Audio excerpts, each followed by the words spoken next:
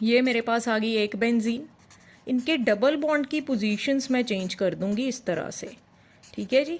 तो ये मेरे पास डबल बॉन्ड की पोजीशंस चेंज हो गई क्योंकि इलेक्ट्रॉन आगे से आगे ट्रांसफ़र हो जाएंगे, आगे से आगे ट्रांसफ़र हो जाएंगे।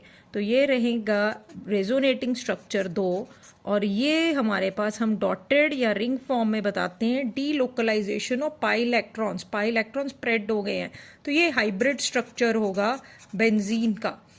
अब इसका बॉन्ड ऑर्डर निकालने के लिए अगेन नंबर ऑफ बॉन्ड्स किसी भी रेजोनेटिंग स्ट्रक्चर में गिने, 6 बाहर हैं बॉन्ड्स और 3 अंदर हैं, टोटल ऑफ 9, लेकिन पोजीशन इनकी 6 ही है। तो ये बॉन्ड ऑर्डर आ जाएगा मेरे पास 1.5। एक और एग्जाम्पल लेते हैं for resonating structures of nitrate ion. तो nitrate ion is NO3 negative. इसका स्ट्रक्चर देखो, नाइट्रोजन के वैलेंस शेल में 5 इलेक्ट्रॉन है, ऑक्सीजन को 2 चाहिए, इस ऑक्सीजन के पास नेगेटिव चार्ज है, सिंगल बॉन्ड। अब 5 नाइट्रोजन के पास थे, 3 इधर से ले लिए।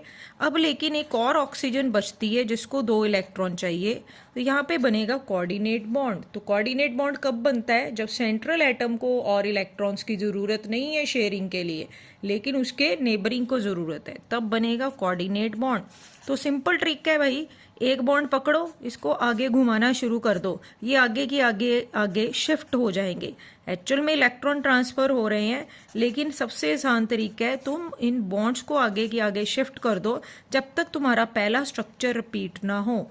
तो 3 रेजोनेटिंग स्ट्रक्चर होंगे, और हाइब्रिड स्ट्रक्चर के लिए अगेन हम उसी तरीके से डी लोकलाइजेशन शो करेंगे। और इसका बॉन्ड ऑर्डर बेटा क्या आएगा? नंबर ऑफ बॉन्ड्स गिनेंगे 1 2 3 4, ठीक है जी। कार्बोनेट की तरह सेम है, लेकिन जगह कितनी है बॉन्ड्स की? 1 2 एंड 3।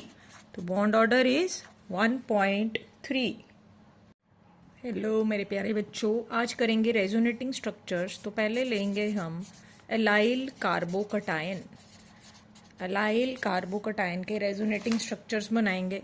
तो एलाइल पोजीशन कौन सी होती है? डबल बॉन्ड वाली कार्बन्स, उसके ऊपर हमारे पास क्या आएगा? Positive charge. डबल बॉन्ड वाली कार्बन, उसके साथ की कार्बन, उसके ऊपर पॉजिटिव चार्ज। तो ये एलाइल पोजीशन होती है, डबल बॉन्ड वाली कार्बन्स के साथ जो कार्बन हो। अब यहाँ पे हमारे पास पॉजिटिव चार्ज है, तो हो सकता है यहाँ से इलेक्ट्रॉन इधर ट्रांसफ़र हुए हैं, जिसके कारण हमारे पास इलेक्ट्रॉन्स यहाँ पे आ जाएंगे। और इसका रेजोनेटिंग स्ट्रक्चर कैसे बनेगा? इस कार्बन ने इलेक्ट्रॉन दिए हैं तो पॉजिटिव चार्ज, इलेक्ट्रॉन इधर ट्रांसफ़र हुए हैं तो डबल बॉन्ड आ जाएगा और पॉजिटिव चार्ज ख़त्म हो जाएगा।